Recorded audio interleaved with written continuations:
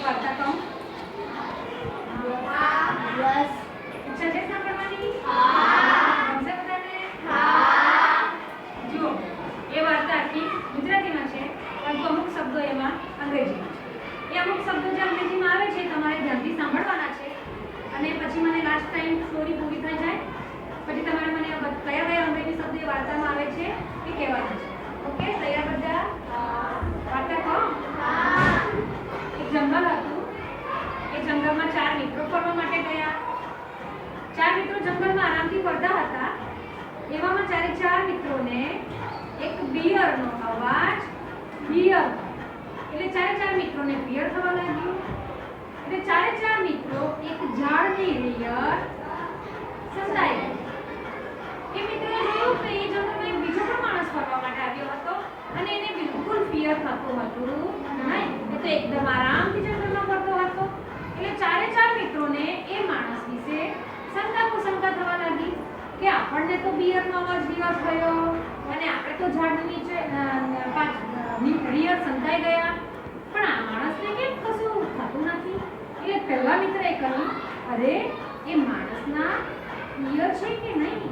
એને બિયરનો અવાજ હિયર થાય છે કે નહીં? બીજા મિત્રએ કહ્યું, અરે જ્યારે પણ બિયર એના નિયર આવશે ત્યારે એને ફિયર થશે. ત્રીજા મિત્રએ કહ્યું, કદાચ એને ડિયર લાગતું હોય તો? ચોથા મિત્રએ કહ્યું, ના ના, તમે બધા ખોટા છો. જુઓ, જ્યારે બિયર એના નિયર આવશે ત્યારે એને ફિયર થશે અને પછી એના આંખમાંથી ટીયર ટપકશે. ગાડી જેમ ચોથા ગિયરમાં ભાગે ને તેમ એ માણસ ભાગશે.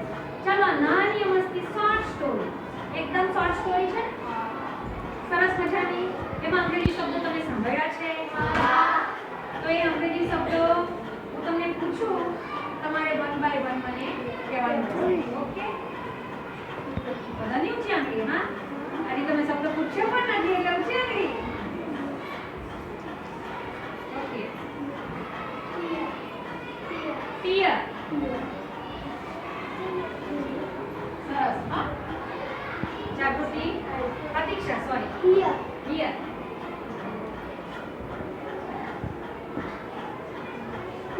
નંદની, પિયર. પિયર. પ્રણવ, પિયર. પિયર.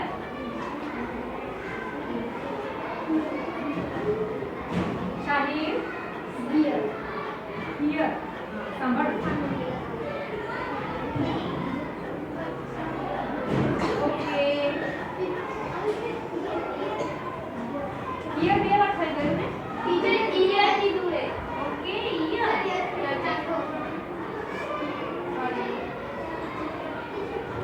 ધ્રુવ, પિયર. પિયર.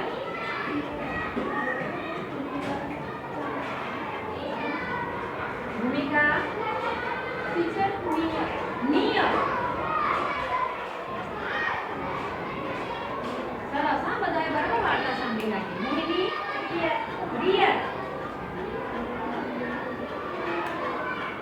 બાકી છે હજી?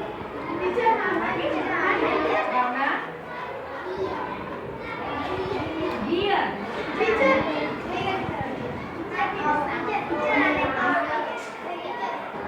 ટીચર થઈ ગયા. બાકી છે?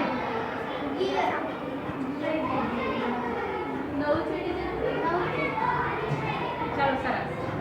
હવે આપણે આ વાર્તામાં બધા ઇંગ્લિશ શબ્દો જે સાંભળ્યા આપણે લખી દીધા. હવે તમે માર્ક કરો, તે બધા અંગ્રેજી શબ્દો બોલવામાં અને સાંભળવામાં સરખા છે ને? આપણે બધા બોલીએ તો હું ઉચ્ચાર કરું છું. Here, here, here, here, here, ear, pier, near, rear. બધા ઉચ્ચારમાં સરખા છે, રાઈટ? એનો અર્થ પણ અલગ અલગ છે. બધાનો સેમ અર્થ નથી ને? ગિયર એટલે આપણે ગાડીમાં સ્પીડ માટે ગિયર બદલીએ, જેનાથી ગાડીની સ્પીડ વધે ઘટે. પિયર, આસુ. હિયર, સાંભળ. પિયર, ભાલુ.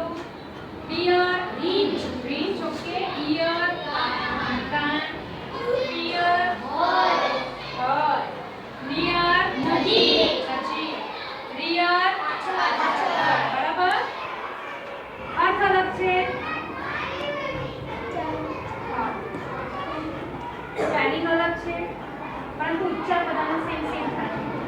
બોલીએ સાંભળીએ તો આપણને સેમ એના ઉચ્ચાર સંભળાય. તો અંગ્રેજીમાં આ બધા શબ્દોને શું કહેવાય? Rhyming word. શું કહેવાય? Rhyming word. લખું છું.